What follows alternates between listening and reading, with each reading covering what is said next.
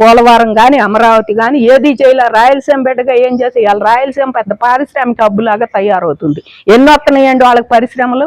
ఇవాళ విశాఖపట్నం నువ్వు పెట్టే విశాఖపట్నం ఎన్ని వస్తావు, నువ్వు పెట్టే కర్నూలులో ఎన్ని పెడుతున్నారో చూడండి. విశాఖపట్నంలో వాళ్ళు అన్ని వస్తే ఇంకా విశాఖపట్నం మానేశాడు. ఇప్పుడు వాళ్ళు ఒప్పుకోరులే ఇవన్నీ వస్తున్నాయి మానేసి ఈ రాగం ఎత్తుకున్నాడు.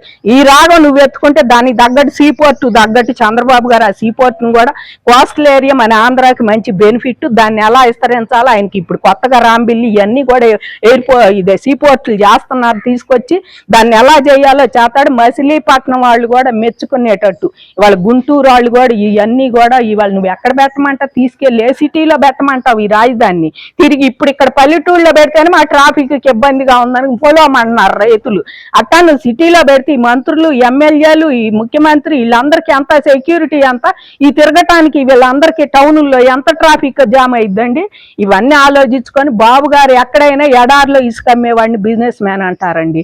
అంతేగాని నువ్వు మామూలుగా ఎక్కడో కూర్చొని నేను ఎడారిలో ఇదిగో నువ్వు ఇళ్లలో కూర్చొని ఇసుక అమ్మితే దానికి లాభం ఏం లేదు. ఎడారిలో ఇసుక అమ్మేవాడే నాయకుడు బిజినెస్ మ్యాన్.